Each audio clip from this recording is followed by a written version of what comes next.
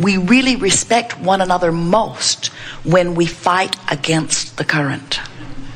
We have monuments and plaques and all manner of rewards that we give each other, because suffering is the measurement by which we reward one another.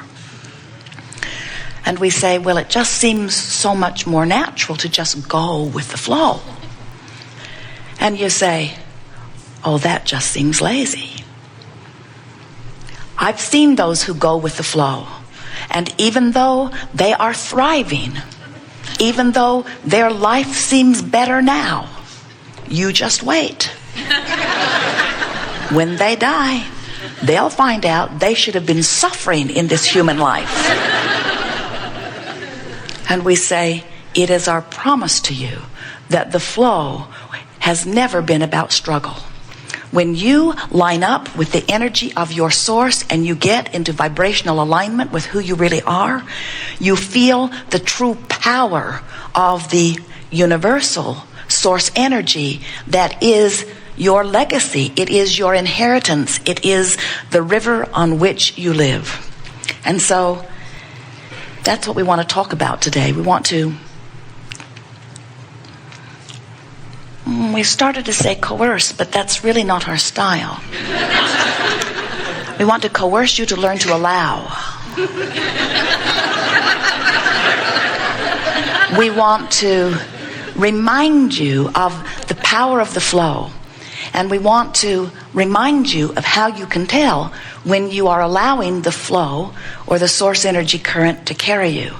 And we want to help you to remember that the guidance that is within you lets you know in every moment how much allowing of the flow or resisting of the flow you are doing in any moment.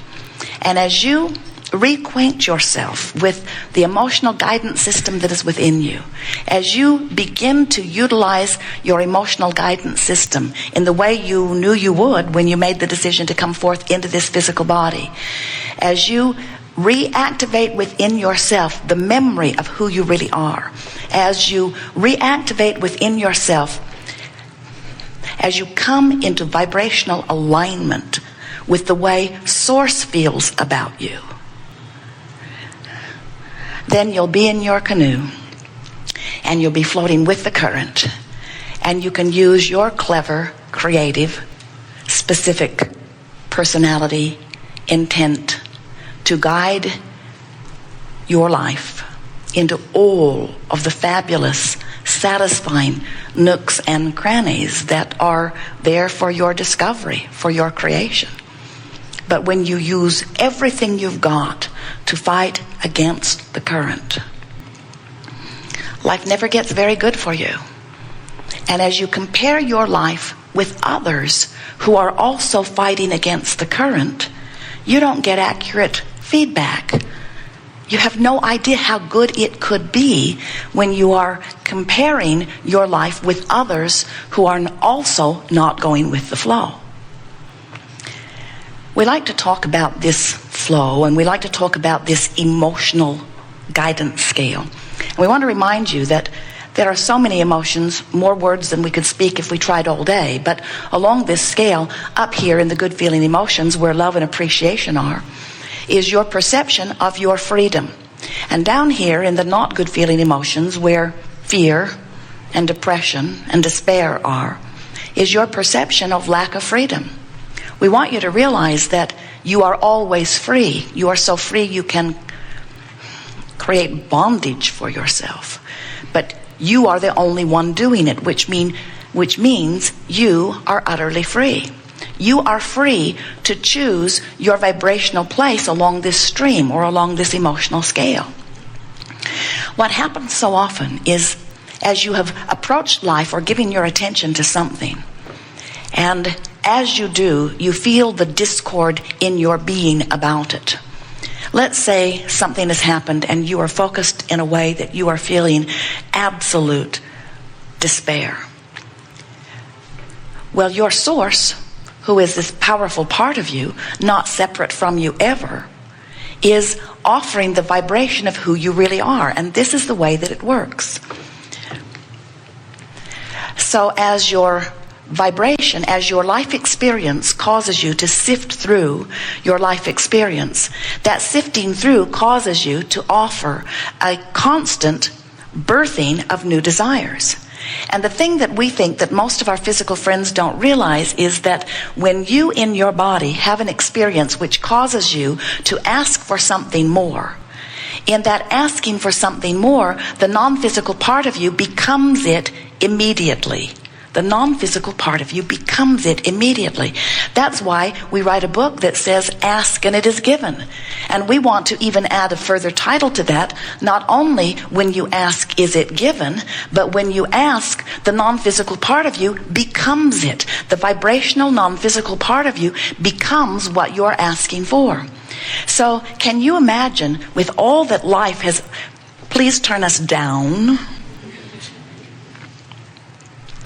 Can you imagine? Oh, is that better? Give us something in between. Something less with house and more with your own. How is that? Better? So when your life experience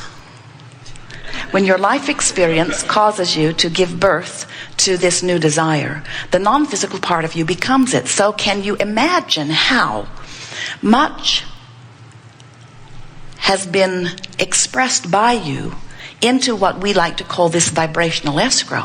Can you imagine what the larger part of you has already become as a result of the reverberation? Is uncomfortable. If there is some way of just knocking it back a notch,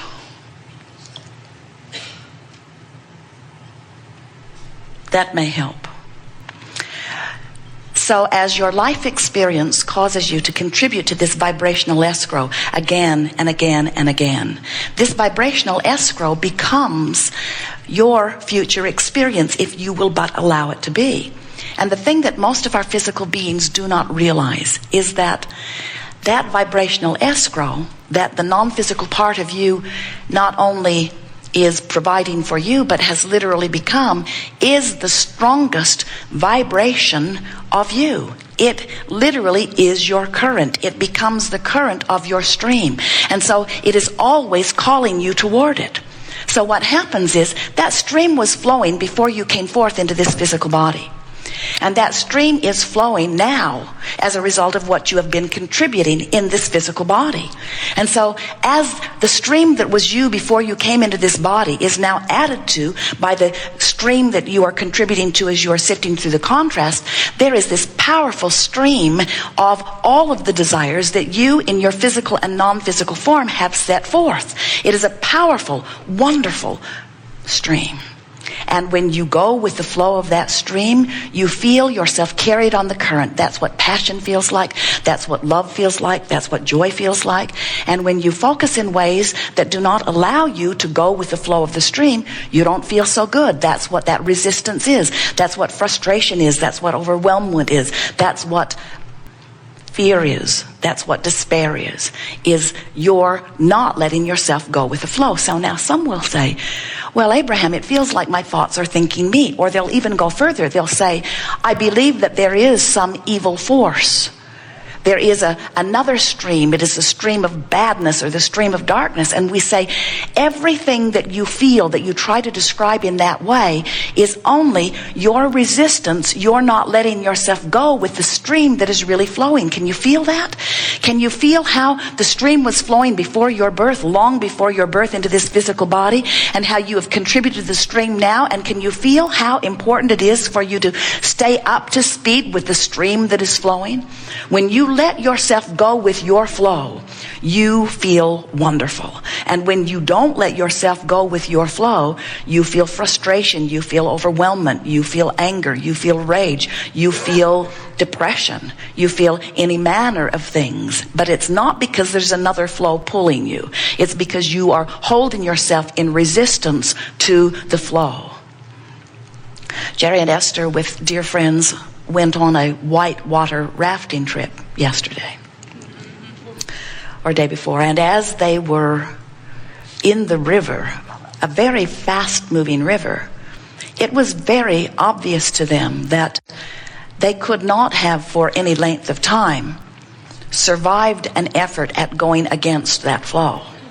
In other words, they were going with the flow because the flow was so powerful in relationship to who they are. And we want to say to you that your flow is powerful in relationship to who you are also. And when you are little, before you have even decided to make the effort to paddle upstream, you just go with the current. You just go with the current, and it's a lovely ride. But over time and over generations, your society, your historical background, the people of your world have gotten better and better and better at going against the current. And so some of you can hold yourself against the current. In other words, it doesn't sweep you into the direction of thriving in the way that it would if you just let go and go. As people, you get so good at doing things other than using your own emotional guidance system to figure out which way is in the direction of your flow that you might find it hard to believe. But some people actually come to these audiences from time to time and claim that they can't tell. They can't tell which way is the flow. They'll say, I have this dilemma or I have this opportunity and I cannot tell which way is the way to go.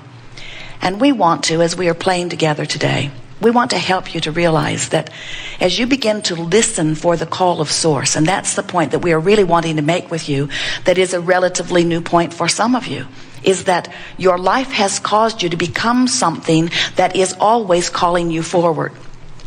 And if you're not letting yourself go in the direction of the call, you feel uncomfortable. We've been talking to you for a while about being the deliberate creator of your own experience.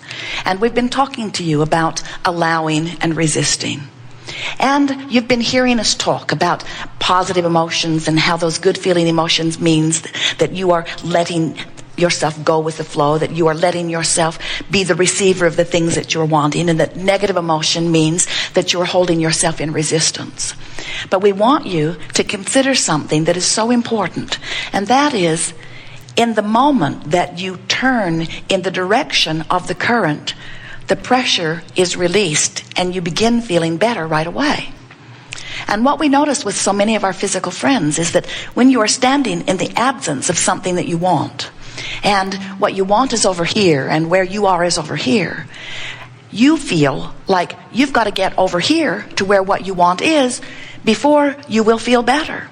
And we're wanting you to understand that you can't jump from over there to over there instantaneously. In this physical environment where there is this buffer of time, it takes some time for you to achieve vibrational alignment with that which you want. So if you are determined to be unhappy until you get there, you'll never ever get there. And what we want you to understand is that in the moment that you turn in the direction of where you want to be, you will begin to feel the relative relief of no longer bucking the current. And just making peace with where you are will cause the current to take you right to the fulfillment of that which you are reaching for. If your radio dial is set on 6:30 a.m., you cannot achieve listening to a program that's being broadcast from the tower at 98.7, the frequencies have to match up. It just never works out. And yet some of you have your frequency set on, I'm sick and I want to be well. And then you cannot understand how it is that you cannot be well. And we say, you cannot keep beating the drum of sickness, which has you pointed in the opposite direction. You've got to make peace with where you are. And in the moment that you stop beating the drum of sickness, the current will carry you toward wellness. We promise you that it will. Jerry and Esther have navigational systems in their vehicles. You probably do too. And the system is based upon only two things. Where are you in relationship to where you want to be? So they program in their desired destination, and the system gives them turn-by-turn directions of how to get to where they want to be. Can you imagine Magellan deciding to get very helpful and overlaying 10 or 20 other people's current location and destinations?